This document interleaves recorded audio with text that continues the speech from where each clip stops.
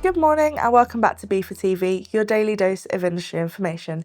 Today's episode is looking at moving controlled goods through another country, and we're joined by r.windsor to tell us more. So Robert, thank you so much for joining us this morning. Yeah, good morning to you. Now, first things first, can you tell us exactly why we're discussing this topic today?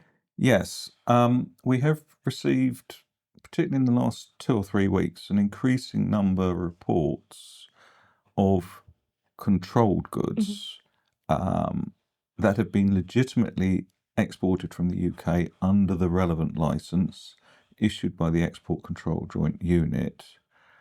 And they are being stopped after inspection at a country of transit. Right, okay. And I think the reasons for this is threefold.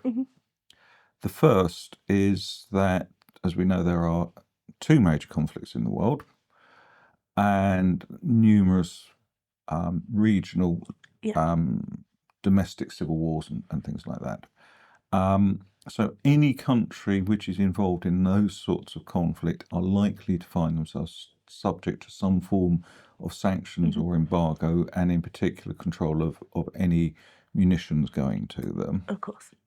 Increasingly, we are finding, and this is particularly true in maritime, what I'm going to call a hub and spoke system of moving freight. So you've got feeder vessels bringing in freight to a major port, like for instance Singapore, and then that being loaded onto a larger vessel to be shipped to country of final destination.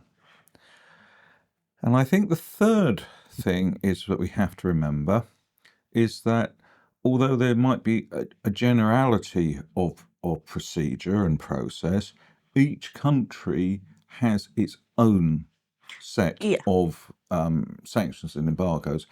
And where we have to be careful is within Europe, those countries with a federal structure, like for instance Belgium, may not only have national legislation, but there could be regional, federal, from the smaller parties and states which comprise the nation.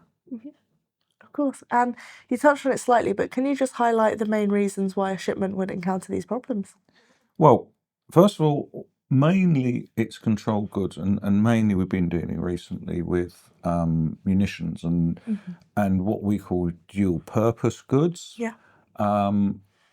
So that's been the primarily one, and that's where they've been stopped in transit.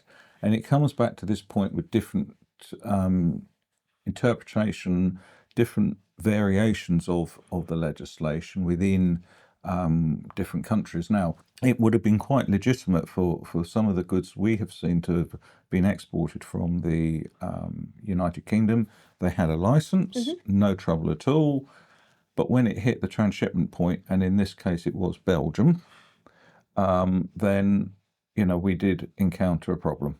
And there was, as I said, it was national and regional legislation which caused the problems. Certain countries, like Singapore, for instance, for freight originating in the Far East, being transshipped via Singapore, they've introduced the requirement that there is a transshipment license. Basically what happens, the shipments either get returned to origin or are destroyed. There is no wrongdoing, I have to emphasise, at the point of export. Right, okay, It is these shipments being caught by local and national jurisdiction, which is slightly different from the country of origin of those goods. So on a whole, how can this issue be avoided? Right, well, I think the first thing is look at your routing. Okay. And is there any chance of having a direct service? That I appreciate can be difficult. Also, some of the destinations, obviously capacity, because they are in a area of conflict, is considerably reduced and restricted. So that's the first thing to consider.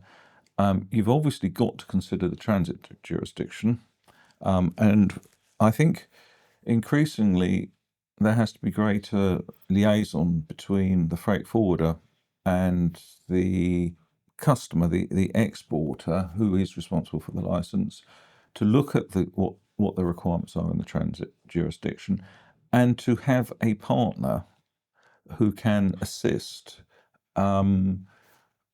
sorting out the paperwork, because in many cases you have to be, and we're back to this old thing of establishment. Yeah. You have to be established in the country of transshipment in order to apply for the relevant permits.